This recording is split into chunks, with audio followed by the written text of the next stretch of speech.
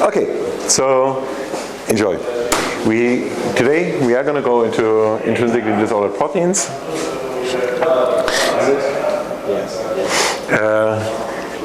And the topic that Predrag was supposed to talk about, because he was one of those people who pushed this, it goes back to Keith Duncan, who, thank you, started with a bachelor in chemistry, went on to do physics, biophysics, computational biology, where he then became a professor, over 200 publications, quoted more than 1,000 times, H-index of 78. That is clearly a big impact in the field, but the most important impact is that he coined this entire field of disorder predictions.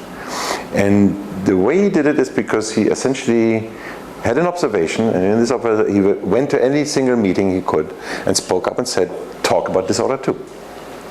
And I believe he completely is one of those lonely callers in the dark that nobody took seriously until they realized that there was an elephant in the room and nobody had seen it. And Keith pointed this out again and again for the years. The background idea, the central dogma, is really that essentially DNA is going to RNA, RNA is going to protein. Protein adopts a unique three-dimensional structure because it's unique, it does a unique function. Structure, the particular way it's shaped, has to do with the particular way it functions. Structure, function. Shape, function. Shape, identity or similarity between two shapes, similarity and function. All of this is very clear. And in fact, here's the example in which we see that. We see trypsin and the inhibitor, where essentially you have a binding, a fit. The inhibitor fits really into this binding pocket. The green inhibitor fits into the blue trypsin, key and keyhole kind of principle. That's the way we imagine this. They fit together. They have to adopt always the same three-dimensional structures because otherwise they wouldn't fit. We also do know, here's Carmodulin, an example in one of my first slides in which I looked at structure comparisons. I showed you how this can swing around. When this binds, it adopts something that looks very different because there are movable parts. These regions here can move around. This moving around is part of the structure. So on the one hand, I say that you take a sequence, you throw it into the solvent, it adopts a unique three-dimensional structure. On the other hand, I talk about dynamics. Are these different things?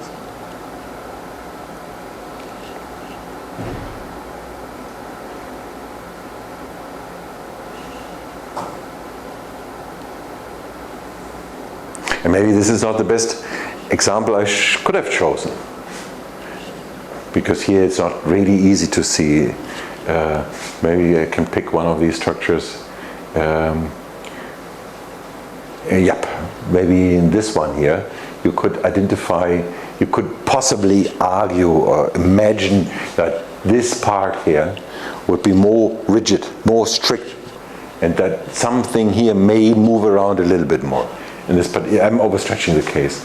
This is also not a great example, and they're all too structured. But you could imagine that this helix that stands out here is not bound, so all the other helices are sort of bound internally. This one has a little bit more flexibility because it's not bound, it's not constrained. Back again to the question. Is that compatible? So is flexibility compatible with the idea the same protein adopts always the same three-dimensional structure?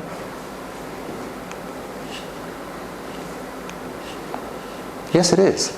Because looking at this three-dimensional structure, in some sense you can gaze at regions that are less constrained. So being flexible is built in. Being flexible is part of it adopts the same unique three-dimensional structure. Where it can move is also written into this, it adopts the same three-dimensional structure statement. So these structures also tell us about movement. And in the same story here. Now, movement comes on different time scales and on different sort of widths of what actually moves. Sidechain rotation, and this is a slide from Arthur Palmer here, So there's ligand binding, catalysis, folding on these time scales here. Then there's vibration, side chain rotation. They're much, much faster movements. So the side chains wobble around. Actually, if you were to make a movie of a protein as it is, you would see constant motion. The side chains always move around. Then there are these sort of allosteric regulation movements, so you really bind to something else. You have an alternative switch, you have two conformations. And that is on a very different time scale, much slower than that. In fact, much slower than folding. Ligand binding happens, in fact, on many of these time levels here. Ligand binding can be something on the same level of enzymatic activity, and it can be something on the level of really rapid exchange. Different time scales. Now, disorder here is called natively unstructured, intrinsically disordered regions. There are many words out there. Ultimately, what we mean is the following. You have something that looks like that in isolation.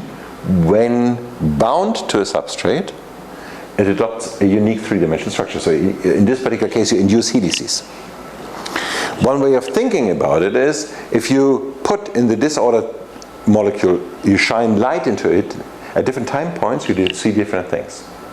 Upon binding, you see the same. Different time points, light, you see the same. This is what we imagine. This is operationally how we define disorder.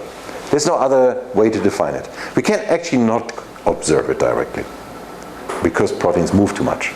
But this is somehow the operational definition. That at some time point it looks different than another time point. At some time point, some of those at least are such that at this time point you would always see the same thing in the future, as long as it binds. And you would define this as at two different time points you see something else. Now, if we went back to this example of a few structure, do you believe there's anything in here that also fits the ticket of different time points, it looks slightly different? Can you see anything in here? Or can you think about anything, even if you don't see it here, but in terms of protein structure, that sort of fits to that idea? Are there regions in protein structures that may change?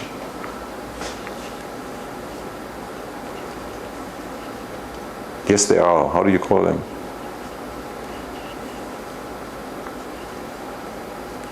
Changing regions, yes. There's another word for it. In terms of secondary structure, what would you call them? It's very easy. So essentially these are loops. So some of the loops, typical loops that some of you may know, are antibody binding sites. So the immune system trains on particular loops, and it fits loops to particular targets. Okay, so there are more flexible regions in every single structure, in every single protein, more and less flexible ones.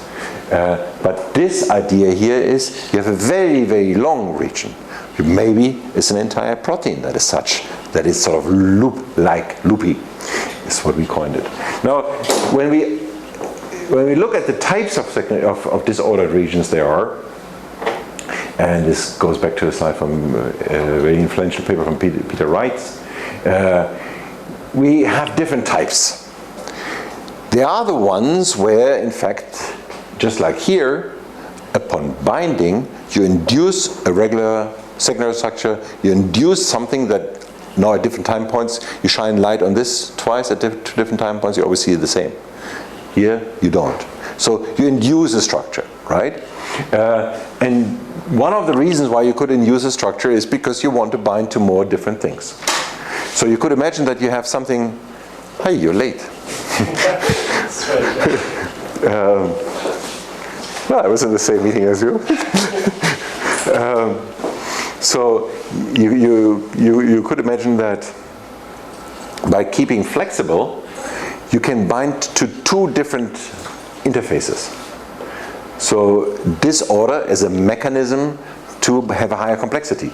The same protein binds to two different proteins.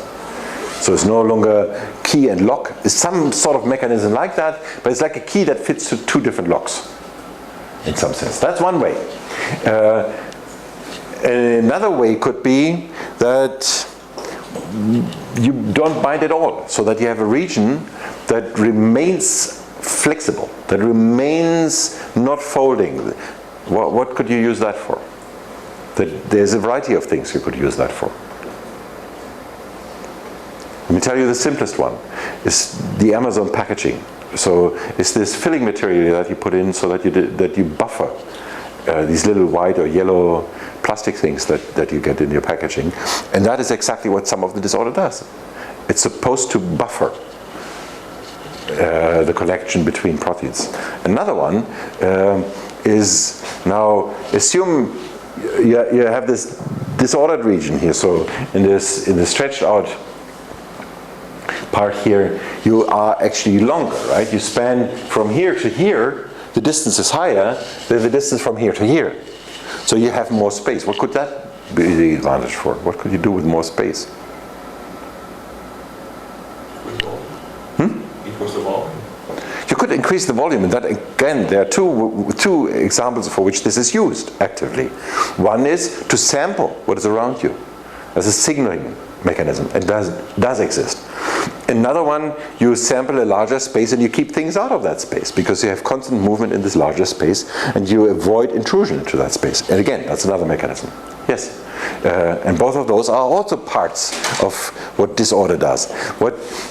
The problem with that is you have a long, for instance, let's go back to, you have the same key that fits to two different holes. The problem with that is if you fit to too many holes, aggregation, unspecific aggregation is going to happen. You have to prevent that. That means you have to spend a little bit more energy on regulation. And that brings us to something that we will talk later about. Not all types of cells can do that equally well. So the first entry that our group has, it was started by Jinfeng. And Jinfeng simply looked at something that we call NORS, no regular secondary structure. And one operational definition that we had was we looked at something that is less than 5% helix or strand over more than 70 residues. And then we looked at the PDB and asked, how often do we see that? What do these things that are like that? We saw that in prediction methods. What do these things look like in terms of 3D structures? And we found nothing. We had to sort of relax these criteria a little bit. And then the kinds of things that we then observed were, so you have a globular nice protein, and then you have sort of a connecting loop between two regions. You have what we call it the floppy ends here. You have something that dangles, so you have a nice folded protein and then you have a dangling end somewhere. Then there's this wrapping loop kind of example, where you essentially have a loop that is not really connecting to particular regions, but it sort of wraps around the protein. We had a few of these.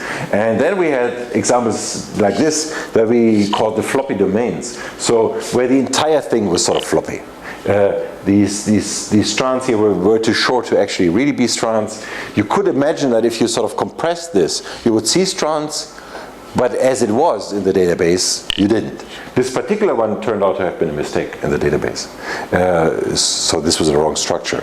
But there were others that sort of looked like that. They almost were there. They almost had secondary structure, but they didn't quite. And then we essentially asked, how often do we find, since we can predict this, how secondary structure, how often do we find that in genomes and entirely sequenced organisms? That's percentage of proteins and that's percentage of residues. The numbers here, the scales are very different. That's eukaryotes, prokaryotes, archaea, and a couple of things that you immediately see, much more in eukaryotes than in bacteria. The number here is ballpark of almost every fourth, sort of. Protein on the level of residues is much less, so it's sort of 5 to 8% of all the residues. But when we looked at that, so the cumulative distribution, we saw that, for instance, about 20%, and that I believe is for all the ones we looked at in the beginning, 20% were more than 170 residues long. So we had 170 residues and more for which we had predicted no regular secondary structure. So this was a remarkable finding for us. Now, that was what we then realized is one way of defining disorder. You just do secondary structure prediction and you look at the extreme cases. These extreme cases are absolutely clearly disordered proteins. But why not go further down? So some of these disordered regions are much, much shorter, 30 residues long. 30 residues long we could not handle with this approach because we made too many mistakes in our prediction of secondary structure. So when instead, so here's the operational definition, over more than 70 residues. If we drop this to say over more than 30 residues, we found many things in the PDB where we just had a mistake in the prediction. There was something that when we looked at it, it looked like an absolutely regular structure, and we avoided these mistakes by saying 70. So that means that with this simple method, we can actually not predict something that is shorter. Now what could we use? And here are, and I will get back to that idea. So that idea is the non-regular secondary structure is an easy one. The problem is we don't get the shorter ones. Regions with high B values. And missing residues and low contact density. And those we will talk about. That's now a method from Abner-Schlesinger. B values, flexibility. Do you know what B values are? So when we look at, this is the slide from Predrag,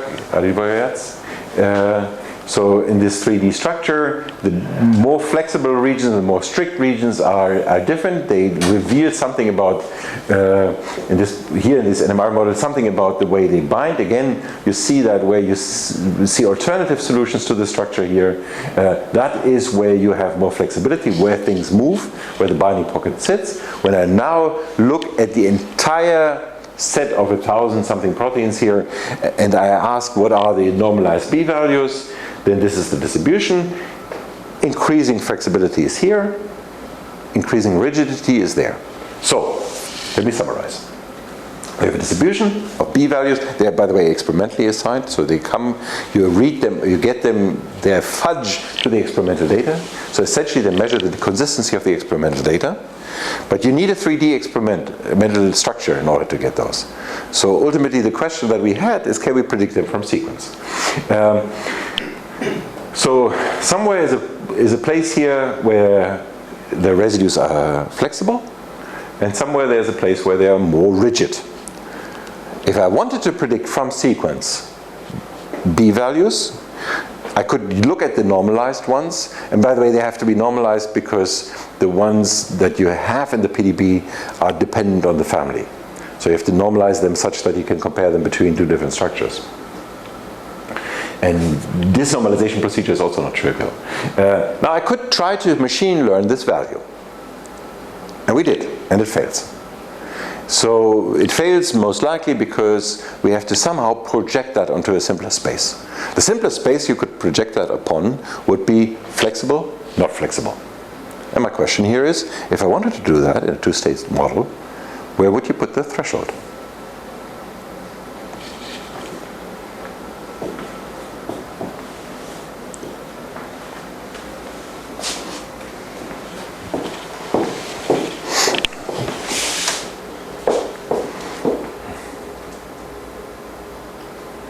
I would put two thresholds.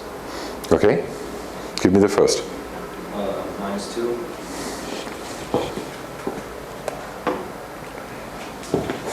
And here somewhere, right? Yeah. That's a great idea. And then you would say that everything less than -2 is absolutely rigid, and everything more than wherever you put it, maybe 2, maybe 4, is absolutely flexible.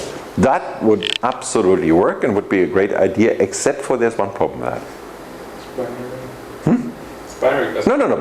Binary. Binary is a problem, but unfortunately I cannot solve the problem without going to the level of binary.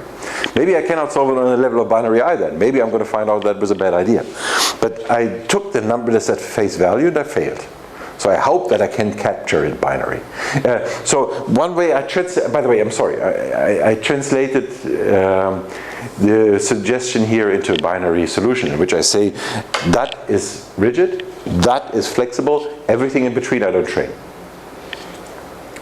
In that sense, it's still binary. I'm not entirely sure what you meant. But what's the problem with that? Gregor? There's almost no data. Yeah, that's a tiny bit of a problem, right? So you want to fit a machine learning device and you throw away 99% of your data.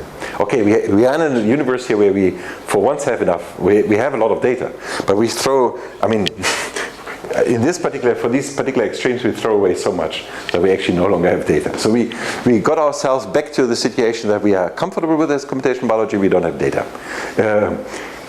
Maybe we say, we recognize this and we feel happy in this, but actually, no.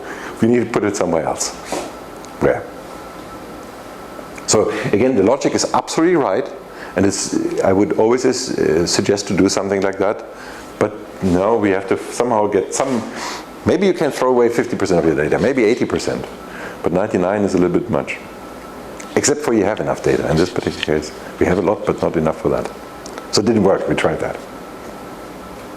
Can't remember where we exactly put it. But where could you put it else? Okay, let me bring it differently. Let me be the teacher again. Say I propose to put the threshold here, into the peak. Whatever that is. I believe this is, let's call it -1. It's not. It's minus 0.7 or something like that. What speaks against putting it into the peak? Basically, most of the data that actually it is like most of it actually are lying around your hyperplane, like quote unquote, right? Yes, and why is that wrong? It's like basically you have a lot of data and you basically cut through the data and like it's not really good, right? And Right. the point is like you would want to have a plane that basically separates the data clearly, and this one is not really the case. Everything you say is right. And I believe that in an exam you should be graded as completely right. But I would still argue that you're sort of still missing the nail. You're still moving the board instead of the nail, yeah? Isn't it comparable to what we were talking about last lecture? Yes. That the error you make at this point is the biggest? Yes, that's exactly the point I wanted. Yes, it is true that I have talked about that. Thank you. but sometimes somebody remembers. So again, the main thing is we do have an experimental error. And when you put the peak in whatever you do into, when you put the threshold into the peak, then you make it most sensitive to the experimental error. The experimental, so you try to machine learn, and this is another thing that you said that is absolutely right. Your hyperplane tries to distinguish these two different types of data points, and that means that the experimental mistake hits you the most. Whatever epsilon is, around the peak, you will have the highest points that you make a mistake in getting on this side or that side by mistake. This is a feature of the peak. Any peak has that feature. So never pick a peak. So we tried and trained two different methods on two different peaks. That is one, that is another. Where exactly you put that? The way we did it is essentially we looked at 1 sigma. And we wanted to be right of 1 sigma. That was our rationality. But then we had a lot of variety, and the fact that we picked two different ones already shows you that we didn't quite know what to do. But I defend that this was a much better choice than picking it in the top, or a much better choice than not using data. Again, that I believe we tried that first, and it was a good one, but it just doesn't give us enough data. What this slide of Predrag, and I'm going to gloss over it quickly, just the conclusion from this slide here, is that B values essentially are conserved. So if you look at two proteins that have similar sequences, they have similar B values too. That's important. What we do see is, now we have, in fact in this particular case, that's sort of where the entire peak sits in green. Flexible is on the right hand side. I'm not entirely sure what the threshold for this one was. Blue is rigid. And you see that for the 20 amino acids, you have a differential behavior. And that is with respect to background. And you see that the green, so where the peak of the distribution sits, we can actually distinguish the least. And that's why the green ones are all cless to the 0 line. Less is essentially as expected by chance, right? While this is less than expected by chance, so this is more. And you see clearly that they differ. So it's clearly on the sequence. That means you can predict it. This is some sort of machine learning device that Avner trained on it, and it actually does quite a good job. For particular cases such as this one, we do see that there is important value. I don't want to get into this.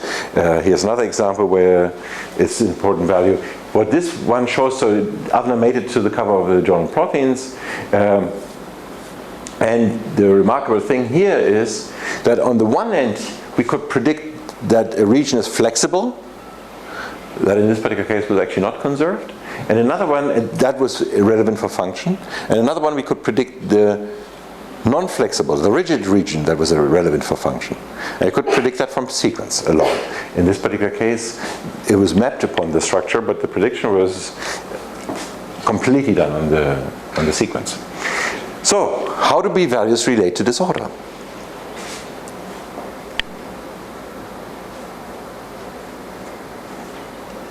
High b-values may mean high flexibility. Low or negative values, normalized negative values mean rigidity. So how do you believe this relates to disorder? Do you believe you're going to see a clear correlation? No, this is biology. There's no clear correlation. This is work from Burkhard. So he distinguishes different types of long disorder, short disorder, high B factor, low B factor. Let's not spend too much time. The major thing is there's no clear relation here.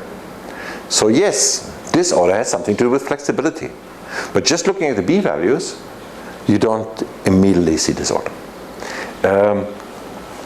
B values do capture aspects of dynamics, and they do capture aspects of disorder somehow, maybe, but there is no one-to-one. So one thing that we could try to do in order to predict disorder is to predict the North regions. I said the problem with this North approach, no regular secondary structure, was that 70 residues is too long. I want to predict something like that for shorter regions. How could I do that? Whoops. Let's stay here. So my problem is the threshold 70 is too high. I want to predict no regular secondary structure kind of regions that are 30 residues long. How could I do this? So just changing the threshold brings me too many false positives. Cannot do. I want to train a machine learning device. And I have what type of data can I use? I don't assume that I don't have an experimental notion of disorder. Meaning, I don't have an experiment. I will open that can in a minute. But for this time being, assume you can keep the can closed. So you can I'm arguing you can develop a method that predicts disorder, the Norse type, the no regular secondary structure type of disorder, for less than 70 residues through machine learning without ever using experimental data that shows you disorder. Any idea?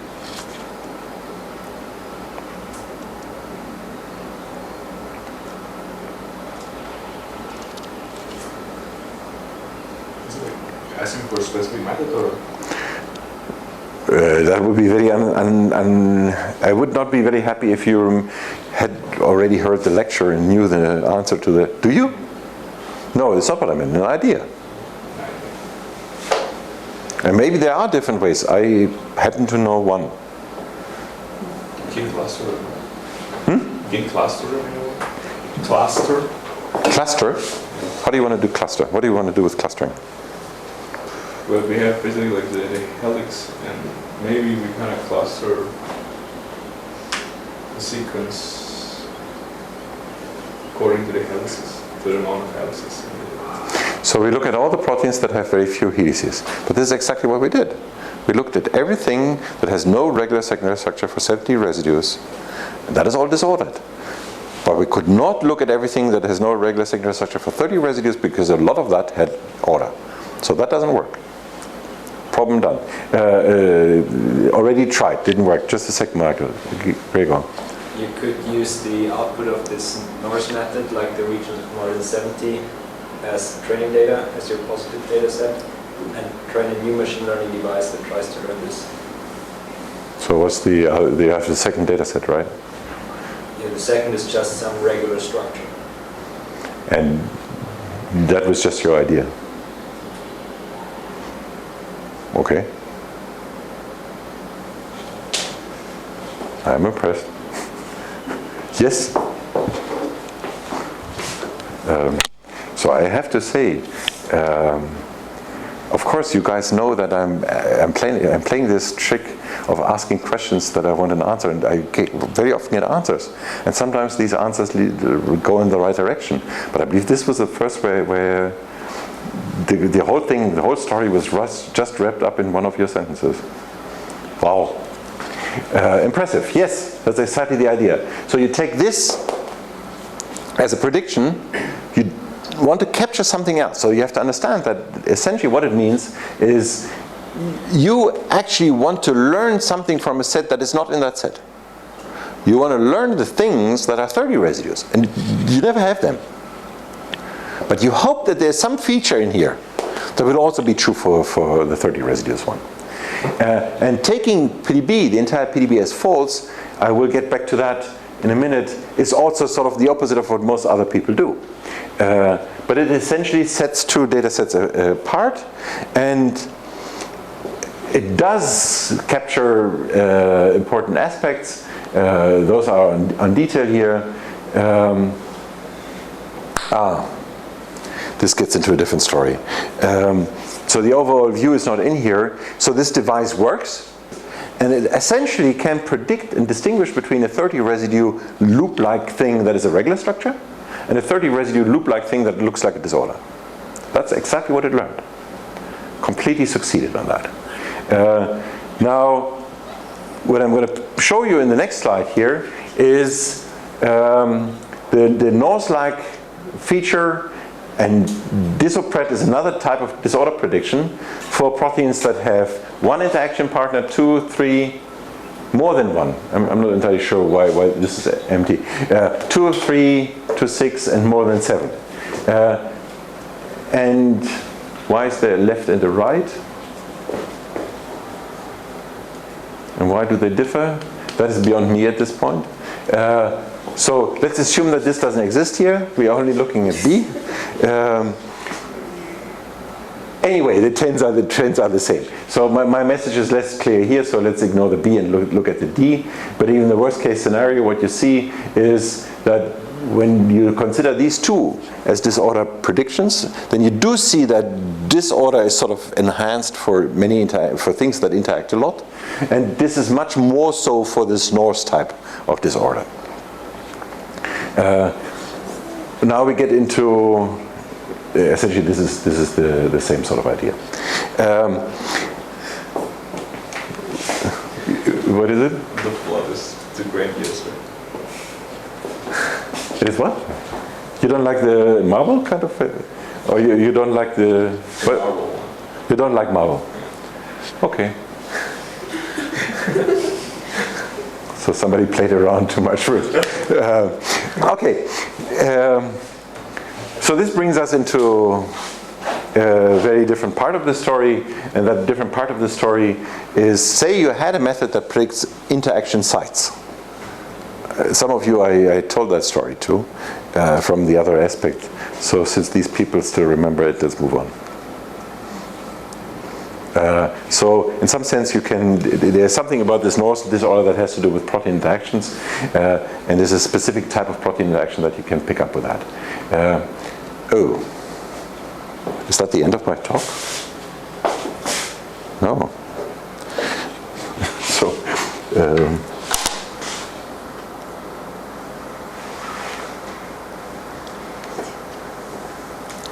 okay.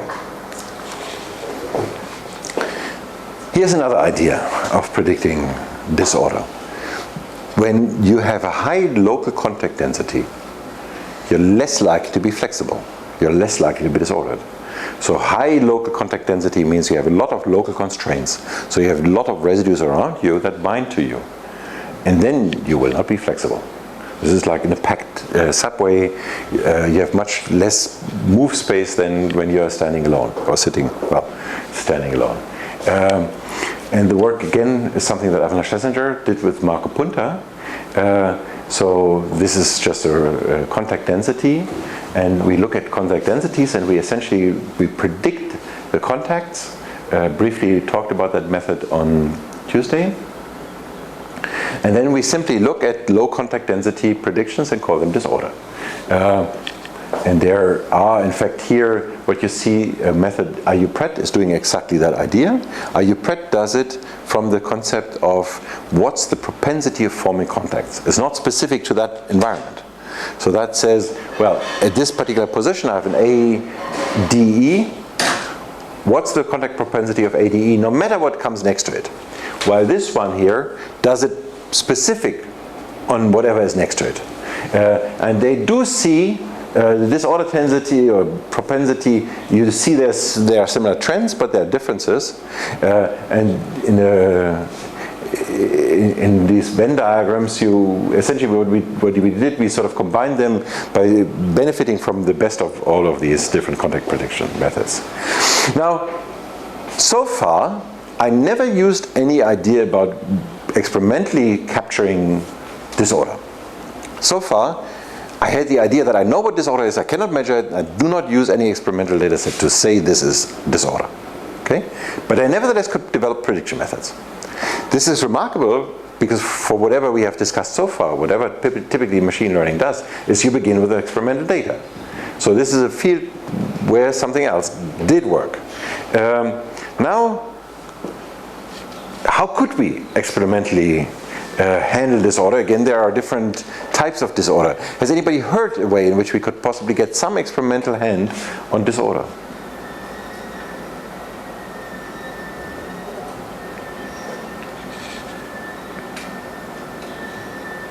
Fraction? Fraction? Fraction is good. Fraction of what to what is what. But fraction is a good word. And like if you crystallize the protein, it will be some part that are not really poorly defined, right? And you can use that as a kind of metric. Right? Exactly. So that's this idea. Residues, not visible in 3D structures, are disordered. Let's just look at whatever I don't see in a crystal structure, and let's call that disorder.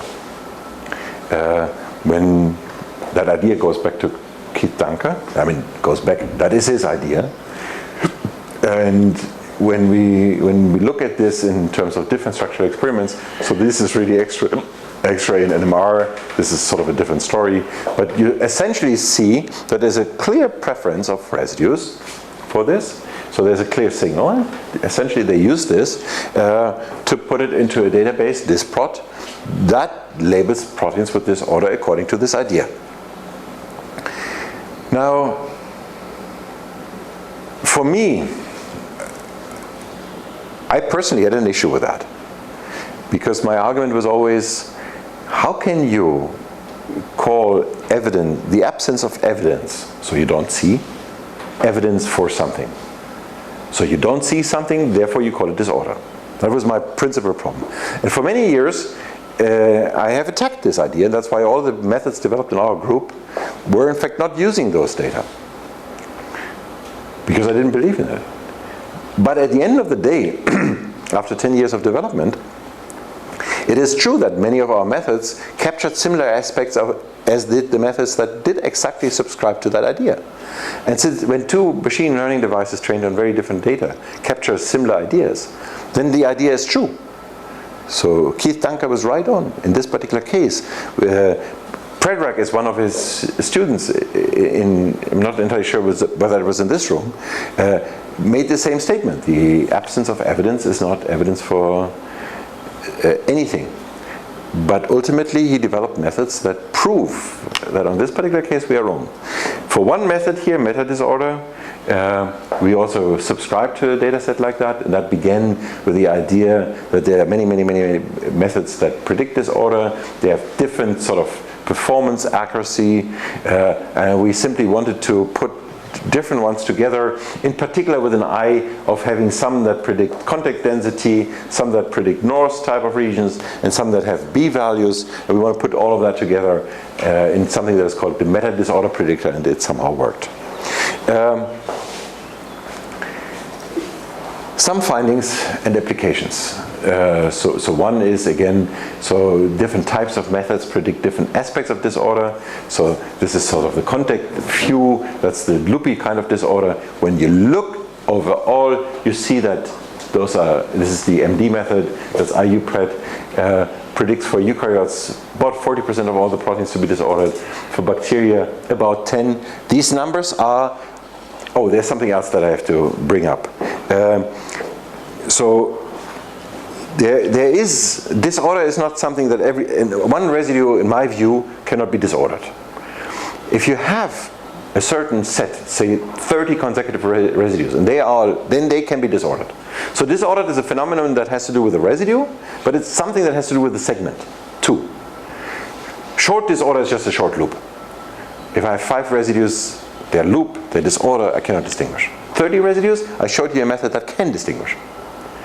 Now, what do I call disorder now? Is it something that is 15 residues, or 18, or 19, or 25, or 30? And I don't have an answer to that. 30 residues is a good number. 20 may be a good number too. 10 is too short a number. And somewhere in between is the right answer. And that has to do with where these actual values are.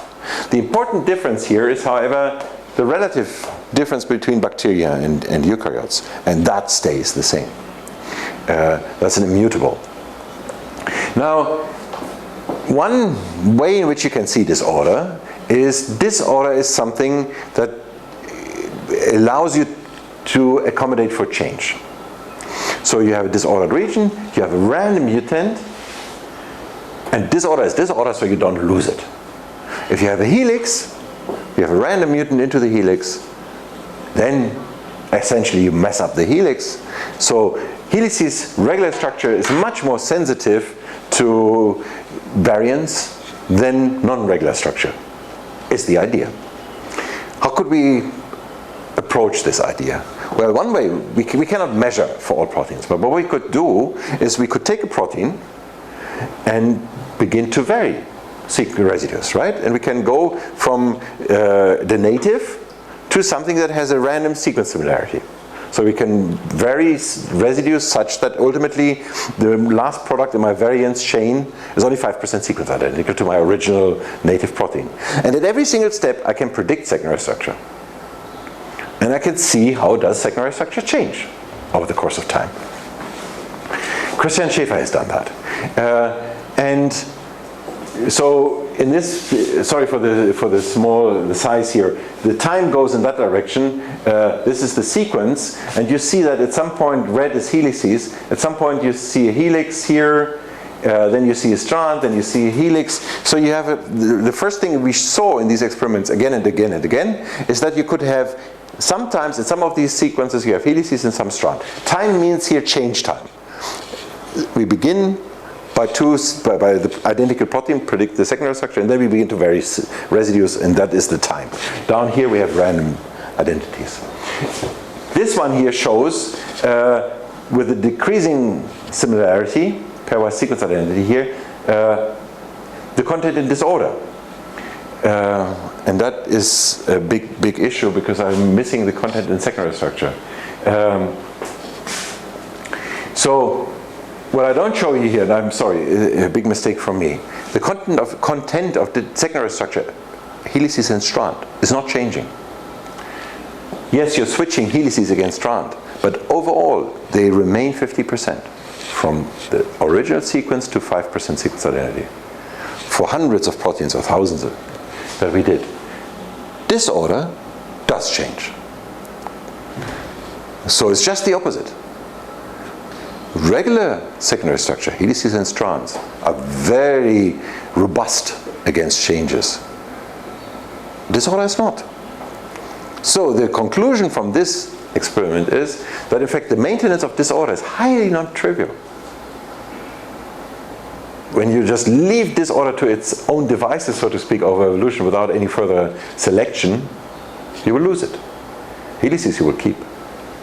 That's remarkable. So there's something really, really important in disorder. And that's not the best way of convening that message. There is no best way. So since there is no best way, I can as well do this one here. Don't try to understand it. What we did. So maybe I should begin with something different with this slide here. So I show you that eukaryotes have way more disorder than prokaryotes.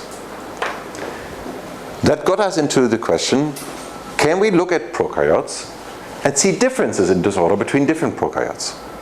And what does it tell us? Is there anything that we find? And one thing we found is that when we looked at extremophiles, so bacteria that live under extreme temperatures, have different contents of disorder. For instance, bacteria that live in heat, in very, very hot environment, hot springs for instance, they have little disorder compared to the ones that don't. Now my next question was, what if the bacterium that lives in heat, its evolutionary next relative, is it closer in its content in disorder to the evolutionary relative, or closer to something that is absolutely not related to an evolution, but it's living in the same environment? And the finding was, what you see is environment. So they are more similar in terms of the environment, then the disorder is more similar between things in the same environment than it is between family members. So this sounds as if all you need to do in order to evolve into an extreme environment, you put on disorder, or put off disorder, either of these two extremes. At least, this is what Esmeralda has observed. That was her PhD thesis, and that is part hidden in these messages. The story is very complicated, and it goes back to Avner Schlesinger's idea. Another idea is the Moore idea, the molecular recognition element, and that is that there's a particular type of disorder that upon binding adopts a unique three-dimensional structure such as this helix, that in fact is used to do complex binding. This is the same key fits to two different holes. If so, let us find a way to identify these Moores, these type of secondary structure that are exactly binding interfaces. Here's another example for these, and the conclusion ultimately is you can do that, and when you do this, another thing that you see is there's way more of these blue here. So this is disorder in eukaryotes more than in bacteria, it's the same as before, but even more so of the complex binders is the message here.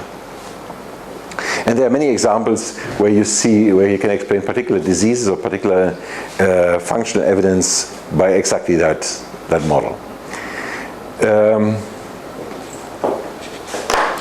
And that, I believe, is where I leave the recorded part of this session.